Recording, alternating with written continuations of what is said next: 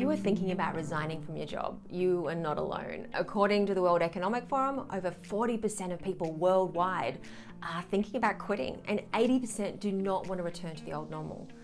But how do we create change? And what do you want to change to? We know that when we play to our strengths in a way that aligns with who we are and our values, we feel fulfilled, supported and appreciated, and by then we are doing work that we are proud of. But finding that can feel like trying to solve a giant problem, like climbing a mountain with no end in sight. So today I'm going to teach you a trick to problem solving based on your personality type. Hi, I'm Samantha from Truity, and my first career change was painful. I made a list of 17 very different possible careers and then had to figure out how to narrow it down and what to pursue. It was really tough, but some of those changes didn't require a complete career change, but I didn't know that at the time. So let's break this down. When it comes to problem solving, there are 4 stages to fully understanding a problem, and based on our personality type, there are 2 stages we overlook or undervalue. Today, I'm going to introduce you to the Zig Zag Model. In the Zig Zag Model, we start by seeking to understand the current situation, the facts and details about what is going on right now as clearly as possible. This is where sensors shine. They naturally focus on reality, the concrete, practical details about the real world. They look for reliable, verifiable facts without getting caught up with speculation and reading between the lines. They will ask questions like, what do we know for sure? When did you start to dislike your job? What changed at that time? Where have we seen this situation before? And once you've gathered the facts, it's time to brainstorm alternatives and imagine a different future. And this is where intuitives blossom.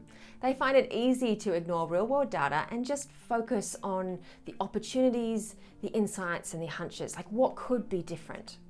They ask questions like, if you had a magic wand, what 5 things would you change about your work? What would a great day look like for you? What if money or time were no object? What do you want your life to look like in 5 years? Now, in the 3rd stage of problem solving, we start to objectively analyze the options we've identified against the reality of the situation. Here is where thinkers are in their element. They can look at the options with a cold eye and consider the pros and cons of each, whether they like them or not. After choosing some options to analyze, they ask questions like, what are the benefits of each? What are the costs? What is the most logical decision? And finally, we consider the impact each option will have. This is where feelers really come out to play, considering how you will feel about this and how others will be affected by it. They ask questions like, how do you feel about this? Is this something you can live with? Who is impacted by this decision?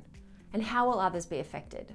Now you have a clearer picture of your situation, it's time to use introversion to take the time to reflect on the options and decision, and extroversion to discuss each step with others before moving on. Then use perceiving to keep your options open without rushing to lock things down before it's time.